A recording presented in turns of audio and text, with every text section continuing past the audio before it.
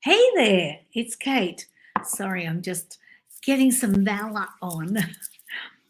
I love my Valor. I use Valor for lots of different things. Hi, I'm Kate, and yes, I love essential oils, especially Young Living essential oils, and I am just applying my Valor. So I love my Valor. It is sees me through many, many, many different things. Anyway, I am Kate. I am a life coach, health coach, and emotional freedom coach. I have a couple of groups that you might like to be interested in, and you can also subscribe to my YouTube channel and and just look for these videos. Mostly, I do them every day, but occasionally, when you have 12 children and there are still a number of them living at home, yes, I may miss a day here and there. It is not because I'm not thinking of you; it's because life has happened. So life does not get in your way, by the way, it happens. And when life happens, you go with the flow. When we start to swim upstream against the flow, all we do end up with is resistance. So today, I have just had this exciting day, and that's why I'm a little late in here. I have for a long time talked about mindset and mindfulness and things like that. And mostly that comes from the fact that if you haven't read my story, please go to my website. It is katepenwornthompson.info. If you type in Kate Penworn Thompson, you're likely to get that to come up anyway. And go and read my story. That is on my website. But a little bit about that story is that I've had to change feet an awful lot in my life. There have been times in my life where things have gone right, and there have been times in my life where they seemingly have gone dreadfully wrong, only to know in hindsight they went dreadfully right. But they were painful episodes, and they were episodes and places in my life that I found myself not being able to stay exactly where I was, even if it was good, that I had to pivot and I had to change places and I had to change feet. There's only one particular time that I remember in all of this that I actually sort of did get a bit stuck for longer than I normally do. And, but when I look back in hindsight, that was the year that I learned that I didn't come with a title. I didn't come as Kate the this, Kate the that, Kate the this. That was the year that I truly got to know myself and who I was and what my purpose in life really was and how it all tied together. Now, the funny thing is, a few years ago, I actually wrote this awesome book that I loved about change, about finding your purpose uh, and your passion. And when I say find your purpose, because you have a number of passions, and those passions will always point to your purpose. And if they don't point to your purpose, then, maybe you're in the wrong path or you're climbing the wrong mountain and you've ended up in the valley below. Because, little example of that, I was just recently really being led down a path I felt was inherently right, but wasn't right at all. And it looked right, it smelled right, it felt right. But when I came back to, is this just a passion of mine, or is this leading or supporting the purpose that I have in my life? And that's the difference. A passion, we can have a passion and we can help lots of people from that passion.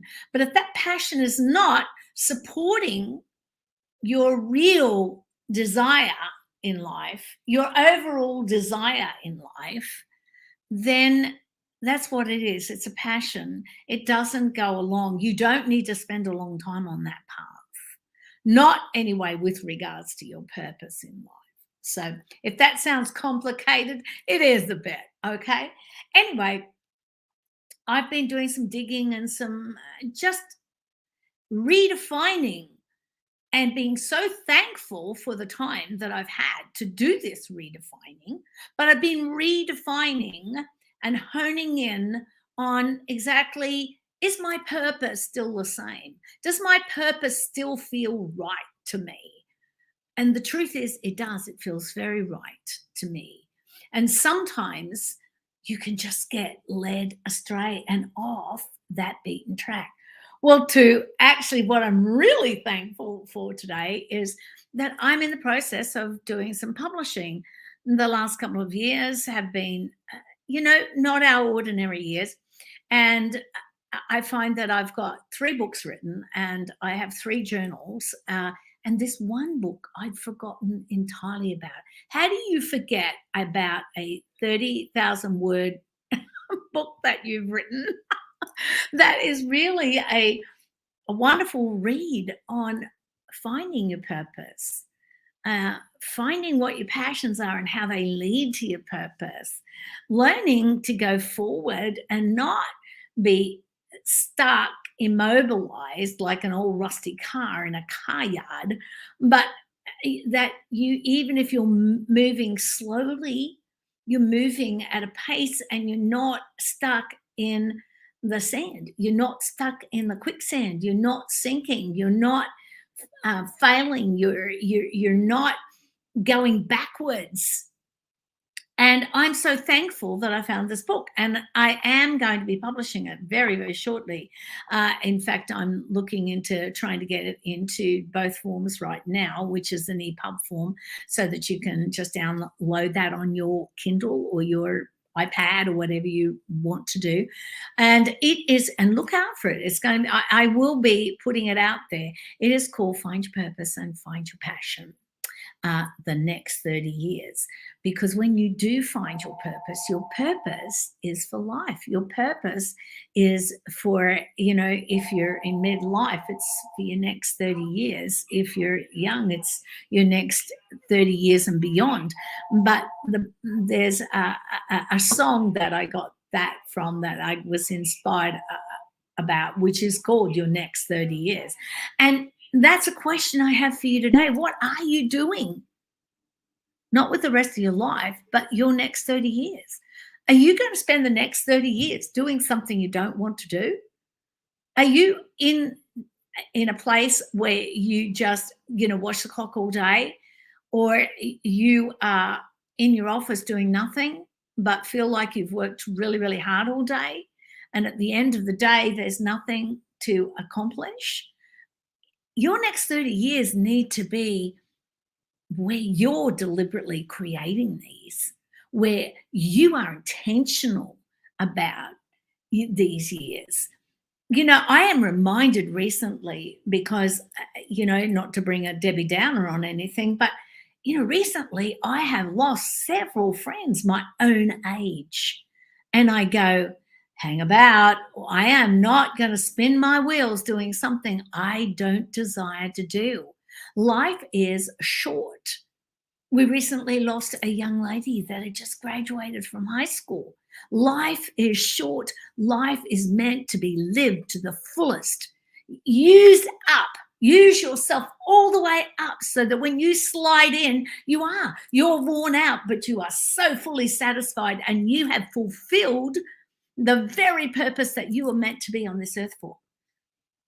So I am so grateful today for finding this book. It gave me my own little kick in the hiney and went,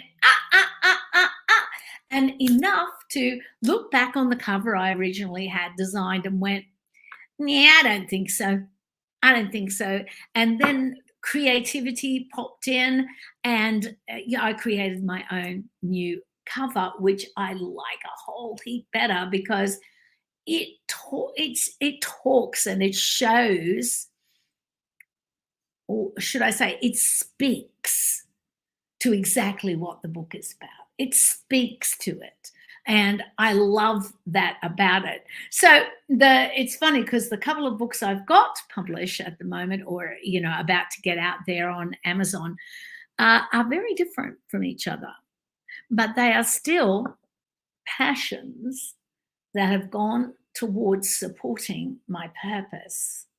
So when somebody tells you, and I must tell you why this book got sort of put on the back burner, was I went to a mastermind a few years ago of one of my teachers, one of my coaches that had certified me in a certain brand of coaching, let's put it that way. And there was a book, what would you say, entrepreneur there. And she takes authors in that want to write, and she makes sure that they get to be number ones. You know, I'd like to think I earned a number one spot, but there are tricks to the trade of getting that number one place. And that does get you more notice if you're in the number one spot than it more than not. But I went and I spoke to her and I said, look, I've published a couple of books and they have been around my years of fostering and adopting and rescuing a child from Africa when he had been illegally dumped back in that country by his ex-parents. And when I spoke to her, I said, but this book is not a testimony of that. This book is about, it's more of a mindset, mindfulness book about how you can create your life.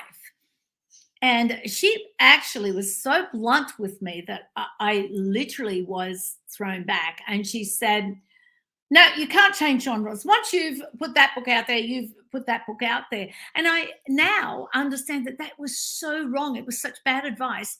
And yet at the time, I thought, oh, well, I wrote this whole book and I love this book and it's been edited and I've got a cover for it. And I guess it's just going to sit there and I'm going to give it away. And the truth was, as long as your passions support your purpose, then it doesn't matter what. If you're a writer, you're a writer. You might want to write a fictional book today and you might want to write a book based on fact tomorrow. If it's got the same themes that run through, I mean, my books about fostering and adopting children come from the same purpose. They come from the fact that I felt that that was a time in my life where I was supposed to speak into the lives of foster children, the parents of those foster children, and also to pick up the pieces and understand how to heal the children that came into my home and get adopted. So you move to helping women get unstuck and get on with their lives and have the best life with the most joy and peace. There's not a lot of difference here. The purpose is the same. It's under the same umbrella of the purpose of your heart. My heart is to help people have the best life that they can have. That not to walk through life in misery and discomfort, but to walk through life in joy and peace and abundance. And that's abundance of life in every way. To be laughing, not crying all the time. To not be living in fear, but to be living in expectancy. I couldn't get that word out of my mouth. But we don't need to live in fear. We can walk and be expectant and know that we are looked after and we have purpose and we have passion and we can put those things together. So look out for, and I am so thankful for that revelation today, by the way. So look out for, I'll be telling you more about where you can get hold of this book, and it will be going to an ebook very shortly, within a few days. And then following that, you're probably going to get another book that's called 10 Tools for foster adoptive parents. So the first one I'm going to put out there is find your passion, find your purpose, find your passion, and then 10 tools for foster adoptive parents. And a lot of those foster adoptive parents, a lot of those tools, by the way, that for that, I wished I had known when I had raised my first four. So it is not just for foster adoptive parents. It is a way of parenting along the lines, not quite what they call gentle parenting, but I would say intentional parenting, being very intentional in how you parent. So that book is going to be coming out very shortly too. So watch out for those things. And I bought this amazing thing today. I do have another one like this that's blue that it's such a yucky color blue. I didn't like it, and I do have sort of this one, to put your phone on around your desk. But so I just been playing with this. Isn't it pretty? I like it. I like it. So, okay, that's it for today. And love you heaps. And I will see you tomorrow on Friday. Have a great rest of the day. Bye.